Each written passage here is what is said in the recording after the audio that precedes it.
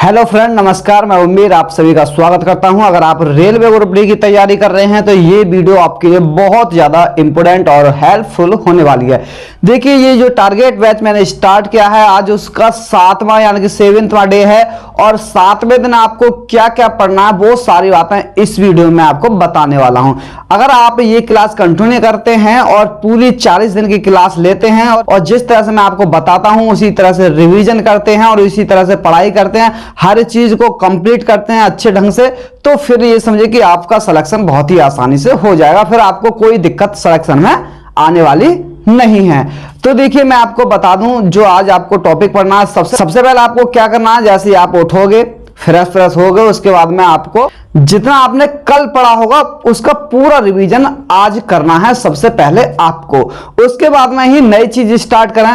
कोई भी दिन हो, आपको पहले पुराने वाला रिवीजन करना है, फिर उस दिन वाला जो टारगेट होगा वो कंप्लीट करना है। रिवीजन जरूर करते रहे, बिना रिवीजन के कुछ मजा नहीं आएगा, क्योंकि बिना रिवीजन के कोई चीज अच्छे से हमें याद नहीं होती। तो देखते हैं हमें क्या क्या पढ़ना क्या नहीं पढ़ना। तो सबसे पहले बात करेंगे, सबसे पहले आपको क्या करना है कि सबसे पहले आपको सुबह ही जैसे उठोगे, टाइमिंग आप अपने हिसाब से फिक्स कर सकते हैं। मैं टाइम लिखता हूं तो फिर आप कहते हैं कि इतने टाइम हम ये करते हैं वो करते हैं, तो अपने हिसाब से आप टाइमिंग को फिक्स कर लेना। सबसे पहले 2022 की जनवरी महीने की कुमार गौरव सर की आपको वीडियो देखनी है। देखिए, इनकी वीडियो से क्या फायदा होगा, एक तो आपकी स्टैटिक जीके बहुत ज्यादा मजबूत हो जाएगी। जब स्टैटिक जीके भी मजबूत हो जाएगी और करंट भी मजबूत हो जाएगी, और लेकिन इंपॉर्टेंट पॉइंट आपको नोट जरूर करने होंगे, क्योंकि एक बार वीडियो देखने से ही हमेशा के लिए कोई चीज याद नहीं हो जाती है। जब तक आपको लगता है कि ये चीज मैं भूल सकता हूं तो उसको नोट कर लीजिए। तो ये वीडियो देखनी है आपको कुमार गौरव सर की। और इसके साथ साथ क्या करना है, देखिए जनवरी महीने के इंपॉर्टेंट डे मैं आपको याद करा चुका हूं। अब करना है आपको इंपॉर्टेंट डेज ऑफ फरवरी, यानी कि फरवरी महीने में जो भी इंपॉर्टेंट डे हैं वो आपको याद करने हैं। देखिए, 12 महीने में इंपॉर्टेंट डे होते हैं, वो आपको सभी याद करने हैं। तो धीरे धीरे हम एक एक महीने के हिसाब से करेंगे तो हम आसानी से याद कर लेंगे। पहले आपने जनवरी के कर लिए, अब आप फरवरी महीने के याद कर लेना। इसके बाद में देखिए करंट अफेयर में जो आज आपको पढ़ना है, देखिए आज पढ़ने हैं आपको फिल्म पुरस्कार। जो भी फिल्म के क्षेत्र में पुरस्कार दिए जाते हैं वो पढ़ने हैं, और उसमें यह देखना है कि पहले यानी कि टॉप पर हीरोइन कौन रही, टॉप पे हीरो कौन रहा, कौन सी फिल्म पहले नंबर पर रही, किसे कौन सा अवार्ड मिला, ये सारी चीजें आपको पढ़नी है। फिल्म रिलेटेड जितने भी क्वेश्चन आपसे बन सकते हैं वो सारे कवर करने हैं। जैसे इसके फिल्म पुरस्कार में क्या क्या आता है, देखिए जैसे ऑस्कर अवार्ड आ जाता है, वाफ्टा आ जाता है, 2021 के याद करने हैं आपको। एमी अवार्ड आ जाता है, राष्ट्रीय फिल्म पुरस्कार आ जाता है, फिल्म फेयर पुरस्कार आ जाता है 2021 के। तो ये पुरस्कार होते हैं वो आपको याद करने हैं, क्योंकि यहां से भी एक क्वेश्चन आपका 100% आएगा फिल्म अवार्ड से। तो इस टॉपिक को आपको मिस नहीं करना है। देखिए होगा क्या, आपको इंपॉर्टेंट जो भी क्वेश्चन होंगे वो आपको एक पेज पे लिख लेने हैं, जिससे कि आप जब भी रिवीजन करो आपको सारा फिल्म फेयर का जितना भी फिल्म अवार्ड है वो सारे ही एक जगह आ जाएं और एक साथ पूरी का रिवीजन हो सके। तो इस तरह से करना है। इसके बाद में जीके में जो आपको पढ़ना है, देखिए एक तो बौद्ध धर्म में गौतम बुद्ध का जीवन पर, यानी गौतम बुद्ध के बारे में पढ़ना है।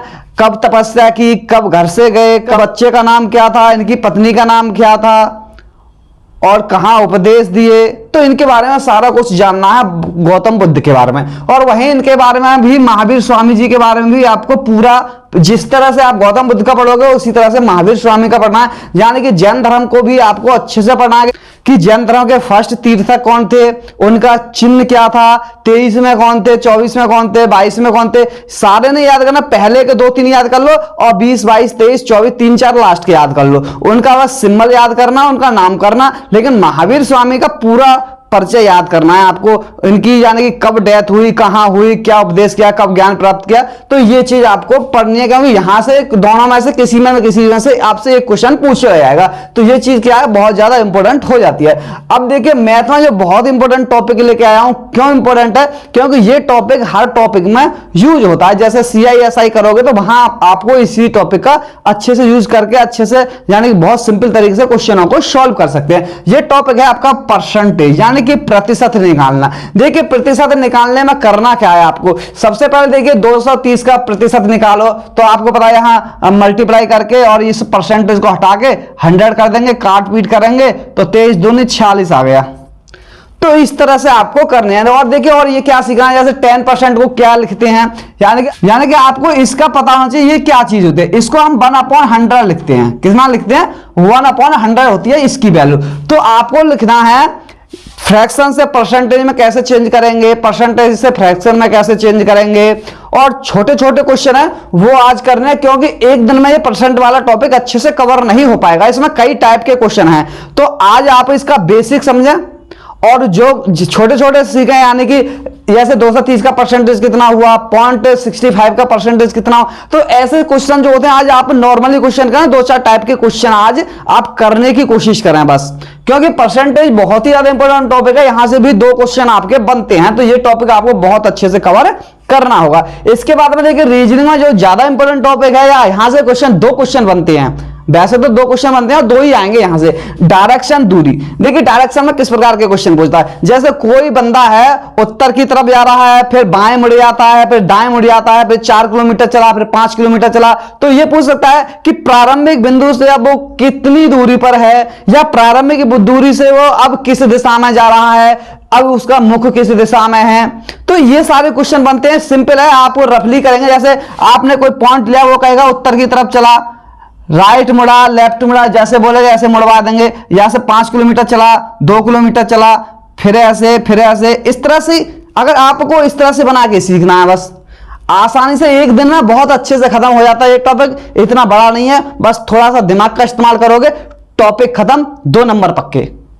इसके बाद में देखिए, आपको साइंस में बहुत बहुत बहुत बहुत ज्यादा इंपॉर्टेंट टॉपिक, जहां से हर शिफ्ट में क्वेश्चन पूछा जाएगा, कम से कम एक तो कहीं नहीं गया, 2-3 कितने भी पूछ सकता है, इतना इंपॉर्टेंट टॉपिक है पीरियोडिक टेबल। पीरियोडिक टेबल यानी कि आवर्त सारणी, बहुत बहुत ज्यादा इंपॉर्टेंट टॉपिक है। इसको तो आपको कम से कम 2 दिन में ऐसे रट्टा मारना है कि ये बुक में नहीं, ये हमारे दिमाग में छपी हुई है। देखिए इसमें आपको पढ़ना क्या है, जैसे डोबेराइनर का सिद्धांत, त्रिक सिद्धांत है, न्यूलैंड का अष्टक सिद्धांत, मेडलीव की आवर्त सारणी, कुल कितने तत्व हैं, 118 तत्व हैं, तो धातु कितने हैं, 91, 27 अधातु हैं, आधुनिक आवर्त सारणी, परमाणु क्रमांक, एटॉमिक नंबर्स, परमाणु द्रव्यमान, एटॉमिक मास, ये सारी चीज पढ़नी है। इसके साथ साथ क्या पढ़ना है पता है, इसके साथ साथ आपको पढ़ना है जैसे हाइड्रोजन कितने नंबर पर है, लिथियम कितने नंबर पर है, जिंक कितने नंबर पर है, चांदी कितने नंबर पर है, कौन सा तत्व हल्का है, कौन सा तत्व भारी है, कौन सा धातु है, कौन सा धातु है। ये सारी बहुत सारी चीजें हैं इस पीरियोडिक टेबल में, आपको बहुत अच्छे से सीखनी है। अगर और अच्छे से सीखना चाहते हैं तो इसकी अगर खान सर की क्लास ले लें तो उसमें आपको पूरा समझ में आ जाएगा। तो इतना इंपॉर्टेंट टॉपिक है, आपको बस ये टॉपिक मिस नहीं करना। बाद बाकी एक आध कोई टॉपिक मिस कर दो, लेकिन ये वाला पीरियोडिक टेबल वाला तो आपको टॉपिक मिस करना ही नहीं है। इसको तो ऐसे घोट के पी जाओ कि ये तो बस हमारे दिमाग में छाया हुआ है, आंख बंद करके कुछ भी पूछ ले वही हम बता देंगे। तो ये वाला टॉपिक बहुत ज्यादा इंपॉर्टेंट है, तो इसको आज आपको कवर करना है। देखिए आपने फिर से वही काम कर दिया है। मैं चाहता था कि मैं टारगेट बैच पूरा कराऊं, लेकिन आप नहीं चाहते हैं कि मैं टारगेट बैच को पूरा कराऊं। देखिए कभी व्यू सही आ जाते हैं, फिर मैं वीडियो डालता हूं, फिर वही होता है व्यू घट करके वहीं 1000 के आसपास भी नहीं रहते हैं।